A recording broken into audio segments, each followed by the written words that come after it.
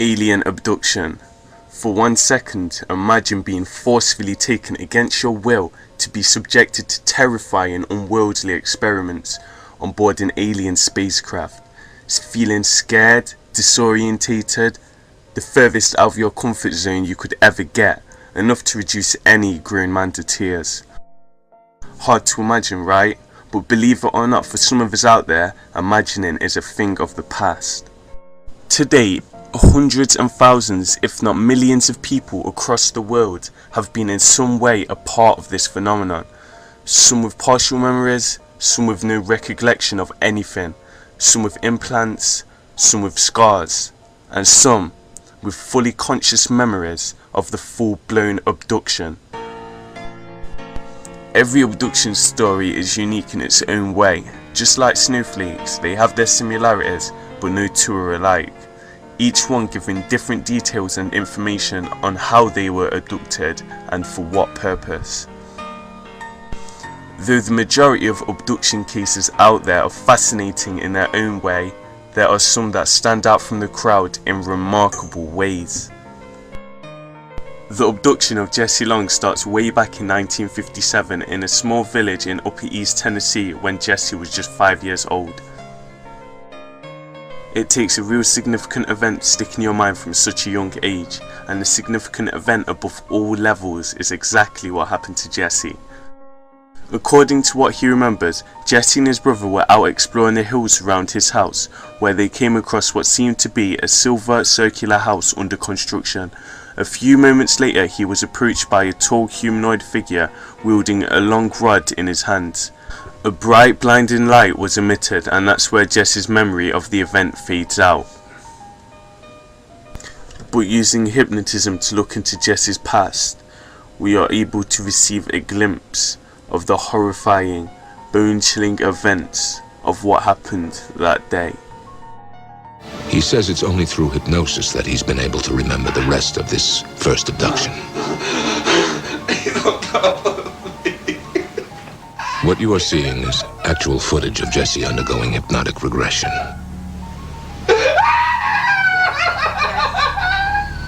You will not be able to...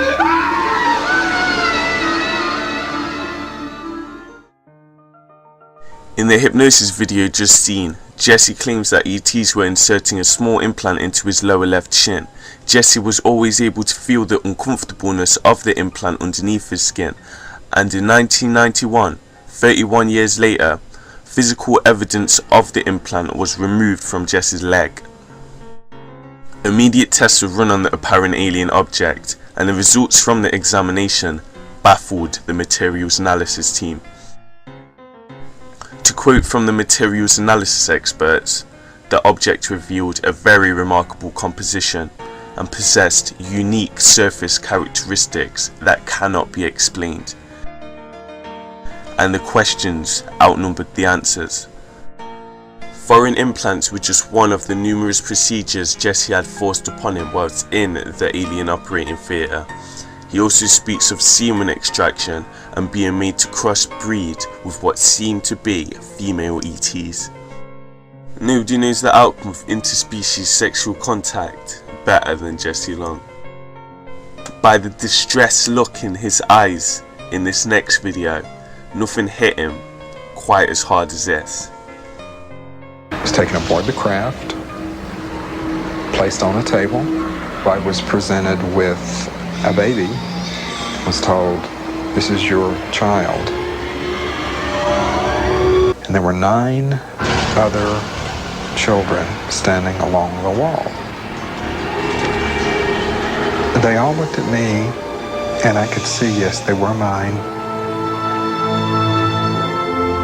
Each of the children who were standing along the wall walked up to me lying on the table, and they each touched my hand as they walked by and looked me straight in the eyes, and they walked on out of the room. Jesse Long, a man that has seen basically every situation an alien abduction has to offer. But a case doesn't have to be popular or well known to be jaw-dropping in its own way. The abduction case of a man from Eugene, Oregon named Len begins way back in 1991 when Len was just a young boy at 7 years of age. Len had been given permission by his dad that he could accompany his older sister on her early morning paper route around an area called Fox Hollow in the region. Before they both ventured out, Len's sister informed him of strange gigantic objects drifting around in the night skies. We pick up the story where Len encounters his first UFO. It is 3 to 4 o'clock in the morning in Eugene, Oregon, and Len and his sister have just begun to deliver the morning's first stack of fresh papers. It's 33rd Street, it's called. 33rd or 34th, I think it's 33rd Street. And as soon as I stepped off the curb onto the road, I heard what sounded like a giant fire extinguisher in the sky, really close to the ground. And it sounded like this. And it startled me. I grabbed my bag and I looked up in the sky and I said, well, what's that? And my sister said, I told you, Len, there are things in the sky. And I remember my sister started walking up this road, pitch black.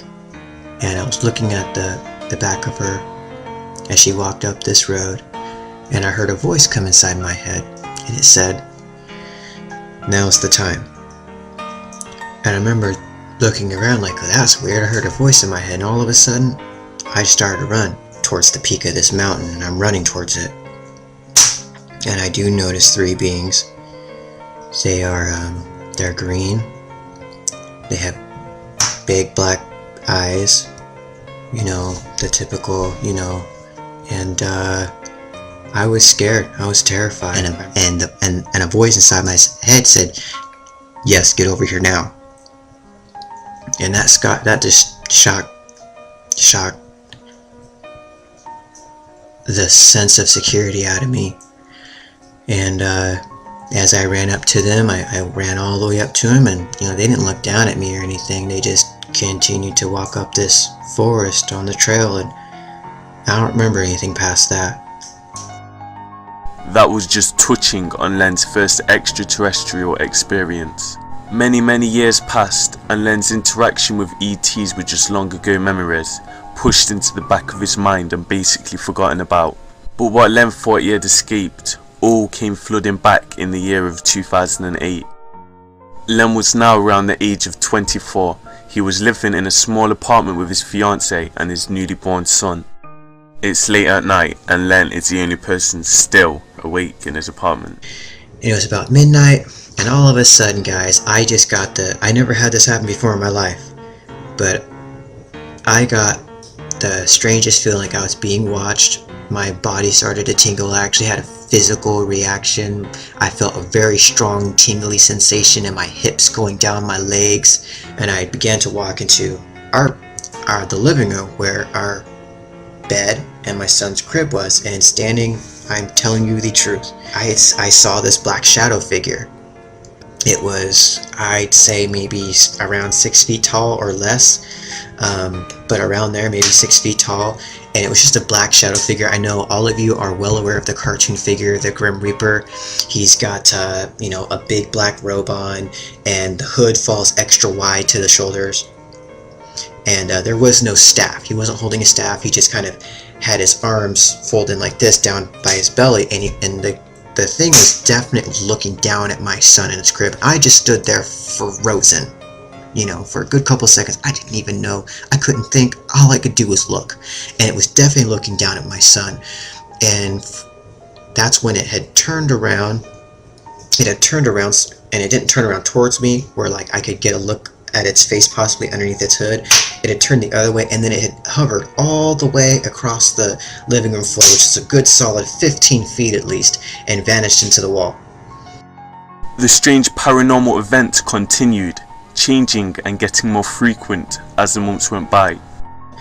I had woken up, and I was lying in my bed, and it was late. It was like maybe 9 o'clock, 10 o'clock, somewhere around there. And I'd actually put earplugs in my ears, because when he wakes up, we live in a very small apartment, and they make a lot of noise, and so it was just best if I wore earplugs. That's when I heard this come from the back of my head. I heard this. Boop, boop. there was a static noise with 2 simultaneous beeps and another static noise. It was like a transmission. And instantly I sprung out of my bed. I looked underneath my pillow. I had known that had came from the back of my head, but I needed to look for a phone. I needed to look for something that would have made that noise. A few months after the noises from the back of Len's head, the flashbacks began. The flashbacks went back to when Len was 7, and they seemed to rebuild the time and pieces of memory Len had lost during the paper route. This was my very first ever flashback of my life, and it was so real. Instantly, I wasn't even in my living room anymore. I wasn't even in my house anymore. I was. It was middle of the night. I'm walking away from this object, and I'm turning around. I'm looking over my left shoulder, and I'm definitely looking at a silver flying saucer. Typical flying saucer. There was no bolts. There was no windows that I could see in this flashback. It had a ramp coming down. The carpet was maroon. There were no lights. Door opens, and there's a woman there in what looks like a hospital bed. If you have ever had a wife give birth, she was like in a hospital bed, and she had blonde hair. She was an older woman, maybe around her 30s, you know. And I remember there was something in front of her,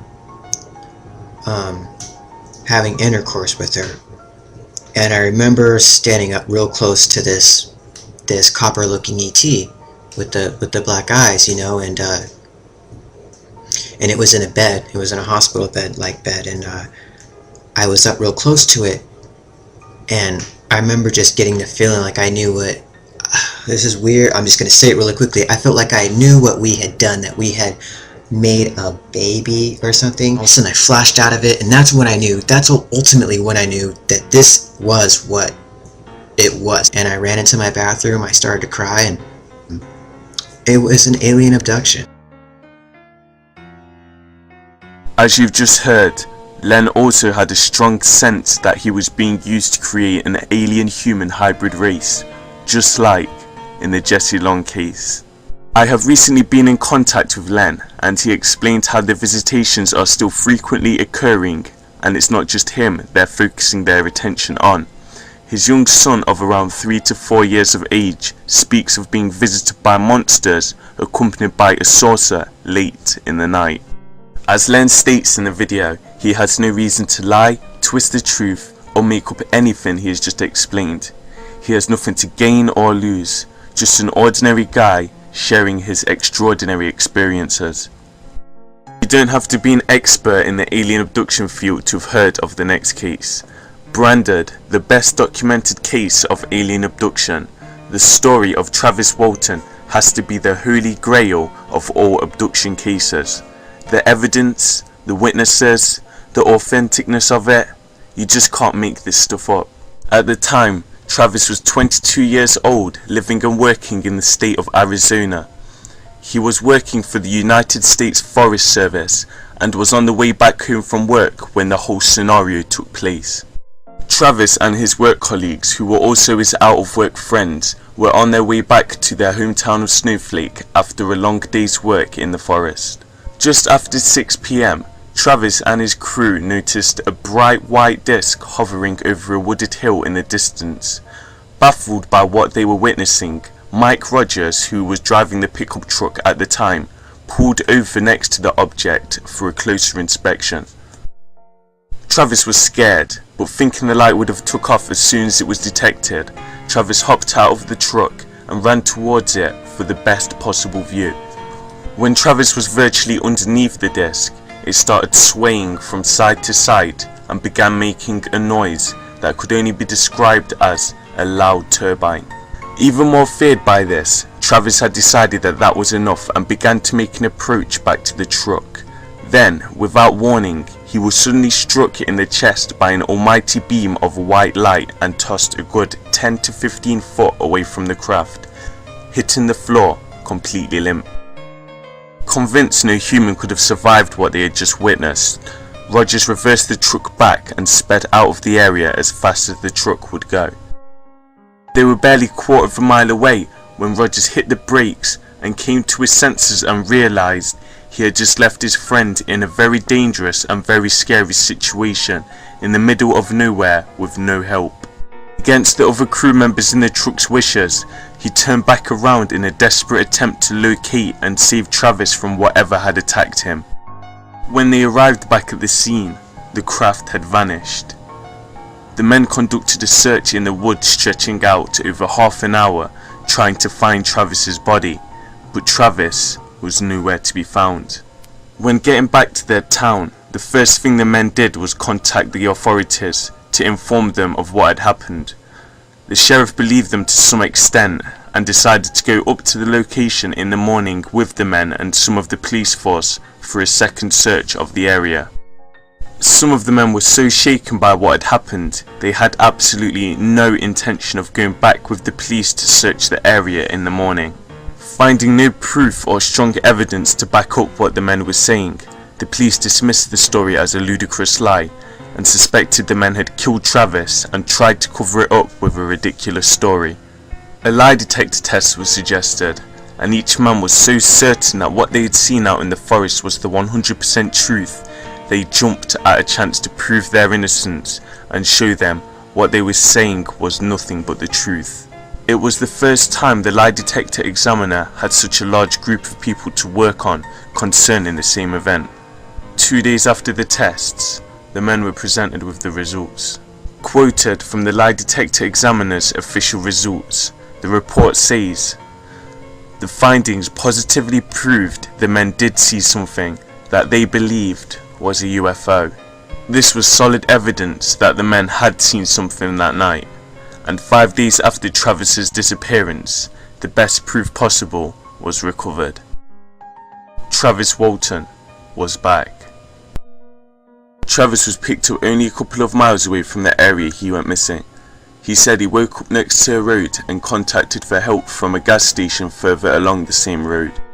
Travis's return made headline news. Everybody wanted to know what had happened and where had he been. Travis says the first thing he remembers after the beam of light striking his chest was waking up in a bright white pristine room, experiencing extreme pain in his upper body area. When he was nearly fully conscious and was able to glance around the room, he says the first thing he noticed was strange otherworldly faces looking down at him. It was the most terrifying sight of my life. They were sort of human-like in form, 2 arms and 2 legs and like that, the human arrangement of features, but they were definitely not human. The eyes, they just seemed just to look right into me. There was a sort of an indifference there that I found very frightening. Travis jumped up and screamed for the beings to get out of the room whilst holding an instrument he had picked up off a nearby surface. I was screaming all sorts of threats at them, and I was prepared to, fight my way past them to escape. Travis was then moved to a blacked out dome room with stars dotted around the walls. There was a chair positioned in the centre, and when Travis experimented with some of the buttons on the chair, the stars began to move around him, as if he was in control of the craft. What seemed to be a human with long blonde hair and blue eyes soon entered the room and led Travis to some form of alien hangar where he came into contact with similar beings. One of the last things Travis remembers thinking is, "My God, the sweet Earth could be millions of miles away." Despite the abduction happening over 35 years ago, none of the men's details on the events have changed or been altered in any way. Even when being offered large cash sums for someone to confess, no man has yet come forward and the story has stayed the same. With many skeptics saying the whole thing was a planned hoax for attention and money, the other men and Travis strongly disagree. The net effect financially has been negative. The net effect on my life has been negative. I do not enjoy the attention or the notoriety. I just wish it had never happened. In my opinion, this next story is the most jaw-droppingly brilliant abduction case ever documented in abduction history.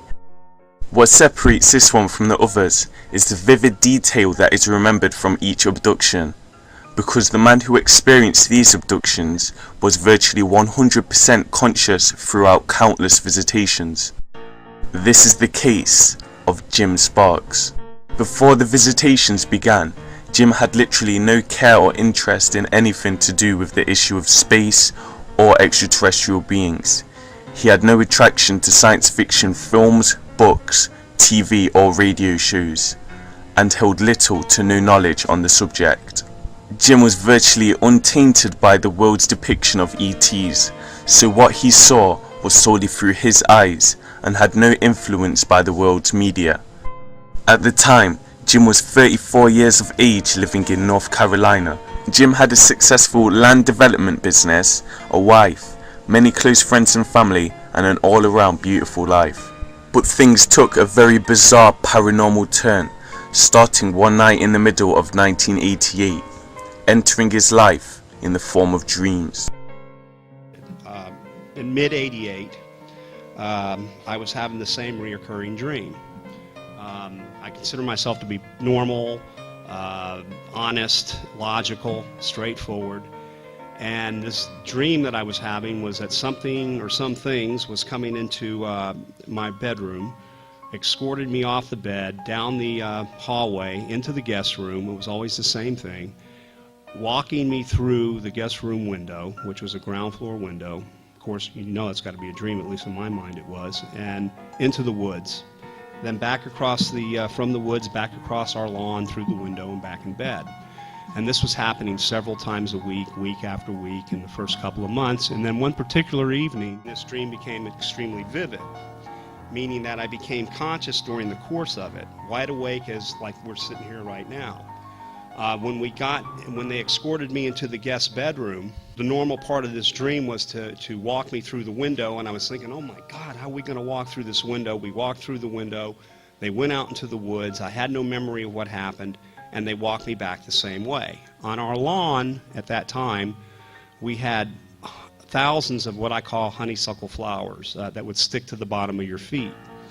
After that experience, when I got up in the morning, I went into the guest bedroom, and what I saw shocked me, and I knew something really strange was happening because you could see my footprints in the lawn, and embedded in the footprints, you could see the heel embedded into the lawn on one side of the window, and then on the other side of the window you could see my toes and the ball of my feet embedded into the carpet.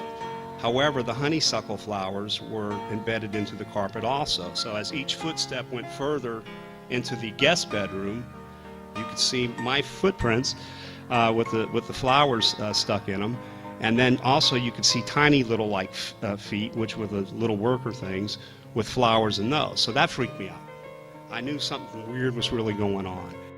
But that wasn't the only method the ETs could use on getting Jim inside their craft. Being walked through the house, down the garden and through the forest is what Jim calls the easy way of being abducted. The hard way involves the alien craft transporting you into it whilst it's in motion. Jim explains this as being one of the most terrifying experiences he's ever been subjected to in his whole life. I call that method of transport going the easy way. The hard way from point A to point B was what was totally gut-wrenching. For me, the first thing you hear, or you could be laying in bed or you can be sitting in the living room, or whatever the case may be, is you start to hear this whirling, whipping sound inside your head at a low RPM. It starts getting louder and louder and faster. The RPMs start to increase. The next thing that happens is you feel a sensation in the pit of your stomach, and it starts working its way up to your upper torso, and when it reaches your heart starts racing at like 1,000 miles an hour. Da, da, da, da, da, da. So you think like, my God, I'm going to have a heart attack. The sound gets louder, the RPMs increase, your respiration increases even more, and then the next sensation is an acceleration. Only instead of feeling like you're being pulled up, you feel like you're being pulled down. And it's the best way I can describe it would be like you're going down a roller coaster only 100 times faster. Now you're paralyzed at that point, you can't see, you're screaming inside your head because you can't move your mouth, I don't want to die, I don't want to die, and then boom, you black out. But what really freaked Jim out and really changed his life for a solid 18 months to 6 years were the terrifying procedures he remembers flawlessly, conducted upon him up to 15 times a month inside the alien spacecraft. When I became conscious, I was at point B. Now here's where point B was for this person for 6 years, at least. In this room, on board this craft, and I found myself in the same place every time for those first 6 years, sitting on this bench, and in front of this bench was a table. I call it a screen table, and it was artificial intelligence, and I think, and now we're talking almost 20 years ago, it was a teaching machine. It read you, it knew you, it got to know you. That was just the beginning of the fun. About 5 or 8 feet in front of that table was a wall which had a screen on it. I was paralyzed with the exception of the fact that I could move my head up and I could move my head down to see that screen on the screen table, and I could move my head up to see anything that was going on the screen on the wall. And my right hand and arm were resting up against the table and wrist where I can move my right forefinger as if you're doing something like an Etch-a-Sketch when you were a kid. And however, any mark or stroke I would make would either show up on that screen or it would on the screen table, or it would show up on that wall. Now, I didn't know where I was. I didn't know why I was there. I didn't know what was going on. My wife thought I lost my mind. When I went to my friends, they said, Jim's a pretty normal, honest person, but I think he's lost it. At that time, I went to the church. I used to go to church a lot. When I went to the church with it, they said it was demonic. My family figured I lost it. Now, this stuff went on for a period of 2 to 3 times a week, every week. Sometimes it would be, weeks would be 9 or 10 times a month. Sometimes it would be 15 times a month, and that went on heavy like that the first 18 months. And every time I was pulled, I was sitting in that same stupid bench in that same stupid place, tracing block letters to a symbolic equivalency, and I thought this thing was an alien alphabet. And an alien symbolic equivalency turned out to be one of the most fascinating things that one could ever experience. They presented 50 pages of text on this screen, and it was a story about a friend of mine, and his name was Jerry. And it was written where I could read it. So I started, as I could read one page in regular writing, is where Jerry was born and how he was raised and his likes and his dislikes, and as a toddler growing into puberty. And it went page after page after page, and then when it came to the point of the present, the story kept reading as if into the future. And so at the end of those 50 pages, I said, why are you doing this? What is your point with this? Well, then, after I said that, they took on that screen and put about a paragraph, less than a half a page of that symbolic stuff that they had converted, and I could read it real fast, and I got the whole story within a matter of a minute. And I went, wow. Okay, now, this took years to even get to the point as to why they were pulling this. Now, this got even better. They then came out with something that looked like the size of a 50-cent piece coin, and then it was like a shorthand version of these symbols, and they flashed the coin. It wasn't a coin, but it was round like that with the symbols in it. You look at it, and then you got the whole story in a split second. After a short while, Jimmy decided to take a new approach to avoid the abductions from taking place. He figured maybe if he rapidly changed his whereabouts on a daily basis, maybe the ETs wouldn't be able to pinpoint his location. I also figured in those early months, and particularly within those first 18 months as being the biggest hell of the 6 years, of me trying to avoid these guys or to get away from these beings. For example, I would go to major cities, and I would go downtown, and I would check out a hotel that was 15, 20 stories, and I'd get in the middle of it thinking they couldn't pull me. They would pull me. I would drive hundreds and hundreds and hundreds of miles from state to state to state to try and get away from these guys. They would pull me. So there was really no escaping. To inevitably, it came to the point where I abandoned my home in Texas, and I went down to Fort Myers Beach, Florida, which was a sterile island where I grew up, to see if I can get away from them that way, and of course, no, they still pulled me. Just like in 90% of every recorded male abduction cases out there, sperm extraction was a standard part of every visitation. Now, you must know that during every abduction, we have to extract semen. Okay, we have to do that. That's a must.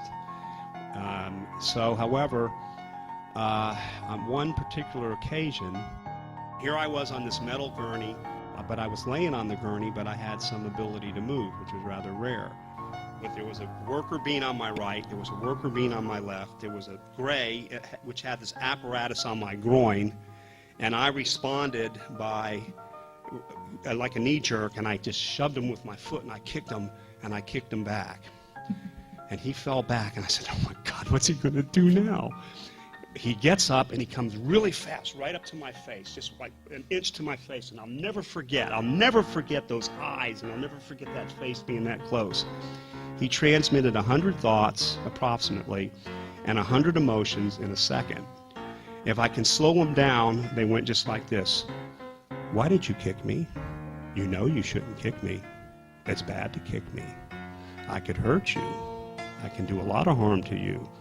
You shouldn't kick me. And you get all the emotions of each one of those things, only he did it within a second, and it just went, and I couldn't handle all of that, and I just passed out.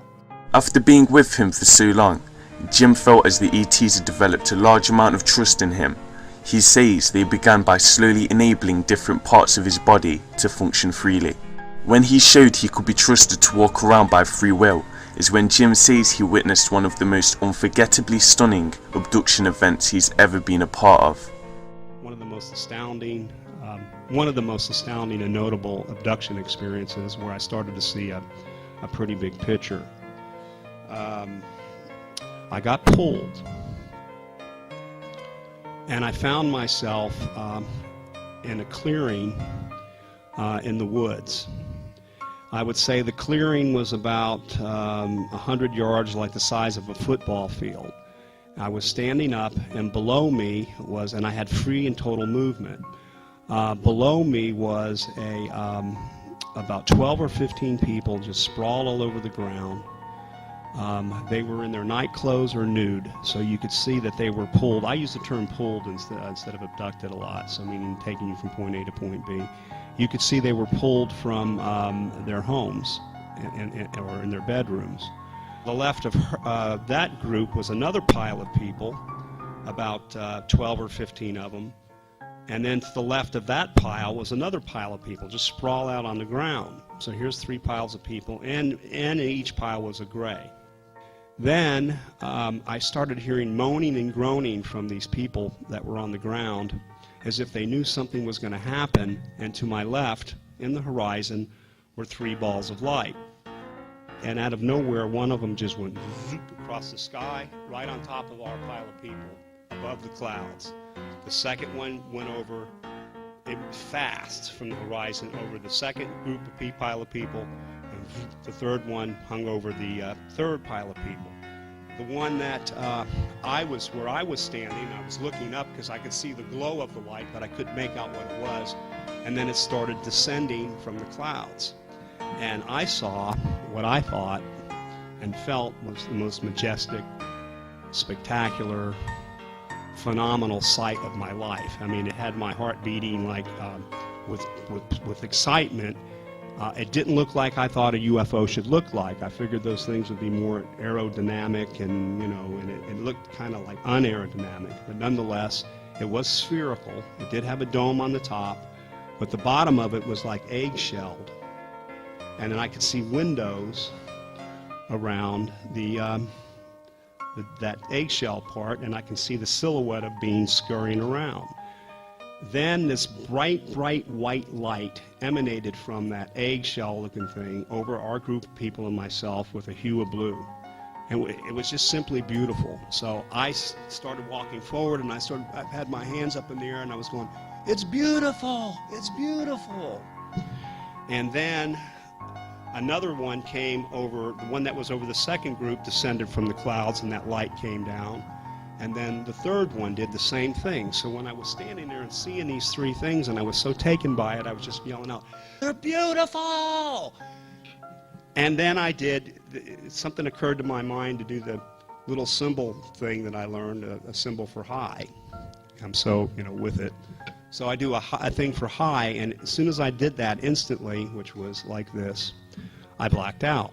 Jim awoke in a room inside of the spacecraft that he describes as a large gymnasium filled with monitors, and after the terrifying, fearful events that had filled the past 12 years of his life, he was presented with a slight answer as to why they were doing this. When I regained consciousness, I was sitting in front of this, my monitor, and there were nothing but hundreds and hundreds and hundreds of people sitting in front of monitors also.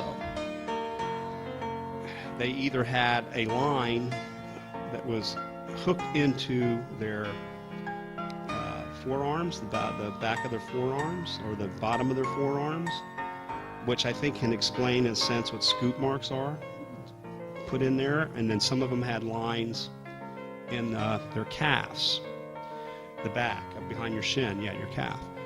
And what I learned that to be, which I'm pretty certain what that was about, was we were all about to get an environmental lesson in this mass abduction, which has been going on a global basis. And also different things that you can do, which I'm going to get into that in a second. What these tubes were that were stuck in us, I believe, were something to heighten the emotions to an extreme. Meaning that all these monitors all lit up at the same time. And you could tell, and I always describe it this way, like at a television shop when you see like 50 TVs and they all go on at the same time, that glow in the room, all of that's the same. So all these monitors light up at the same time, and there's a scene appears. The first scene that shows up was an Earth, they're all Earth scenes, was the ocean. It was a beautiful, drop-dead gorgeous, turquoise blue, fresh, teeming with fish, and you could see the sky was crystal clear. And with whatever they had hooked into us and the way the colors were coming through on this site, you just went, oh my God. It just took your breath away. You're going, it's beautiful. It's beautiful. It just overwhelmed you with the pristine beauty of the planet. And then it was one beautiful Earth scene after the other, after the other, after the other. And then they slowly started getting ugly. Where the beautiful ocean was a mousy, nasty brown. The fish were bloated and floating in the water. The air was, or the sky was a nasty color, and you were just going, oh God, no, I don't want to see that. And each scene got uglier and uglier. And then the telepathic voice in everybody's head, all at the same time as these scenes were getting uglier, were, you're killing your planet. Your planet is dying. You're killing your planet. Your planet is dying. So they let us see all this wondrous beauty of what it was like, and then did a reverse emotional thing with whatever was hooked up us, and you're just like, oh my God, I can't take this. And I didn't want to take it, so I saw on the bottom left-hand side of my monitor symbols that were part of a filing system for these scenes. So I didn't want to look at that, so I kept looking at those to see if I can decipher it. And then the sound no came into my head, and on my screen was an N and an O. It wasn't even the alien symbolic form of no. No. And then I kept looking at it, no, and it kept appearing, and I blacked out. To this day, Jim is still being subjected to alien abductions, but on a much smaller basis, maybe 4 or 5 times a year, if that. Such an indescribable case with such vivid detail. The 4 cases you've just watched are, in my and many other people's opinion, the most incredible alien abduction stories ever documented. The depth and the level of detail of which each story goes into is simply amazing. It is a very strong claim to make that all these people and many others like them in the world are lying. The mountains of evidence and information each case provides are outstanding, and if any of these cases turn out to be some sort of elaborate hoax, the abductees should be presented with an Oscar for their acting skills, because I've never seen a performance like it. The majority of these people receive zero or a very little amount of profit from their claims. They are fully aware that they are at risk of being deemed as crazy and outcasted by the people that love and care for them most. alien abduction is a very hard thing to admit to for no personal gain. If you didn't believe in alien abductions before watching this, I hope this video has opened your mind and helped to alter your opinion on the subject. You know, it's not my job to convince anybody. It's my job just to tell you what I've experienced. If you believe it, fine. If you don't believe it, I don't care. I want to get out there. I'm not doing this for attention. I'm not doing this. I'm not crazy.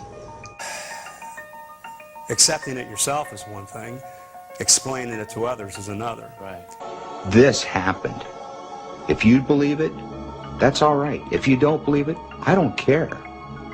I don't care, because it did.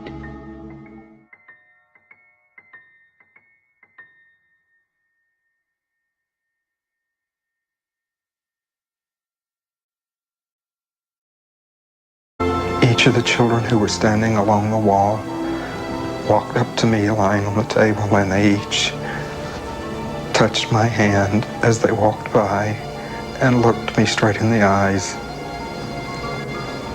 and they walked on out of the room.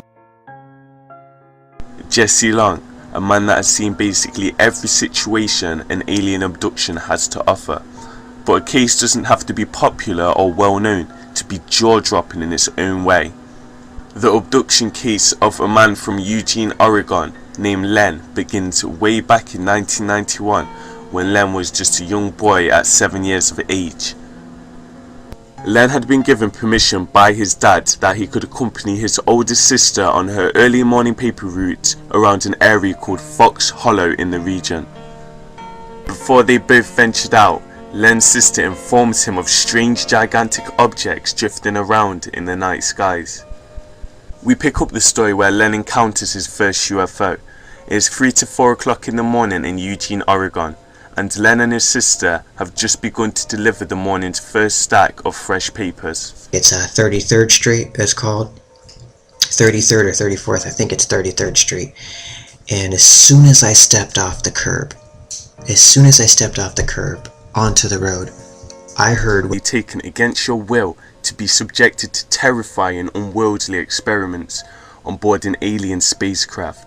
Feeling scared, disorientated, the furthest out of your comfort zone you could ever get, enough to reduce any grown man to tears. Hard to imagine, right? But believe it or not, for some of us out there, imagining is a thing of the past. To date, hundreds and thousands, if not millions of people across the world have been in some way a part of this phenomenon. Some with partial memories, some with no recollection of anything, some with implants, some with scars, and some with fully conscious memories of the full-blown abduction. Every abduction story is unique in its own way. Just like snowflakes, they have their similarities, but no two are alike. Each one giving different details and information on how they were abducted and for what purpose. Though the majority of abduction cases out there are fascinating in their own way, there are some that stand out from the crowd in remarkable ways. The abduction of Jesse Long starts way back in 1957 in a small village in Upper East Tennessee when Jesse was just 5 years old. It takes a real significant event to stick in your mind from such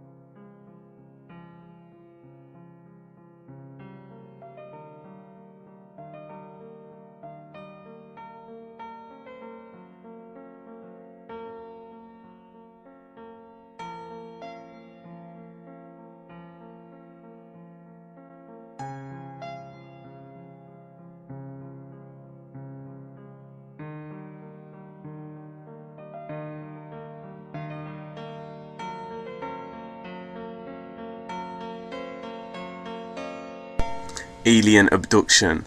For 1 second, imagine being forcefully at a young age, and the significant event above all levels is exactly what happened to Jesse. According to what he remembers, Jesse and his brother were out exploring the hills around his house, where they came across what seemed to be a silver circular house under construction. A few moments later, he was approached by a tall humanoid figure wielding a long rod in his hands. A bright blinding light was emitted, and that's where Jesse's memory of the event fades out. But using hypnotism to look into Jesse's past, we are able to receive a glimpse of the horrifying, bone-chilling events of what happened that day.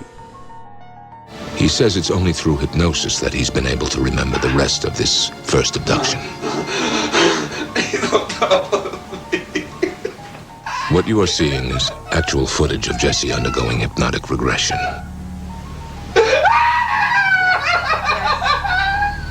You will not be able to.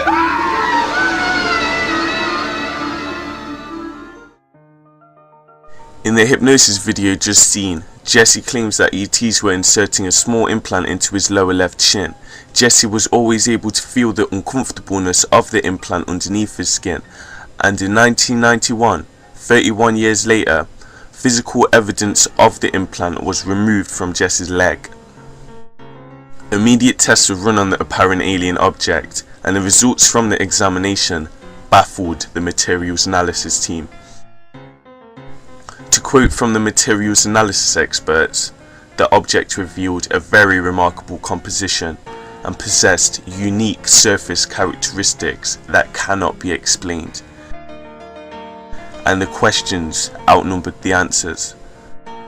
Foreign implants were just one of the numerous procedures Jesse had forced upon him whilst in the alien operating theatre. He also speaks of semen extraction and being made to crossbreed with what seemed to be female ETs. Nobody knows the outcome of interspecies sexual contact better than Jesse Long. By the distressed look in his eyes in this next video, nothing hit him quite as hard as this. I was taken aboard the craft, placed on a table. I was presented with a baby, was told, "This is your child." And there were 9 other children standing along the wall. They all looked at me, and I could see, yes, they were mine.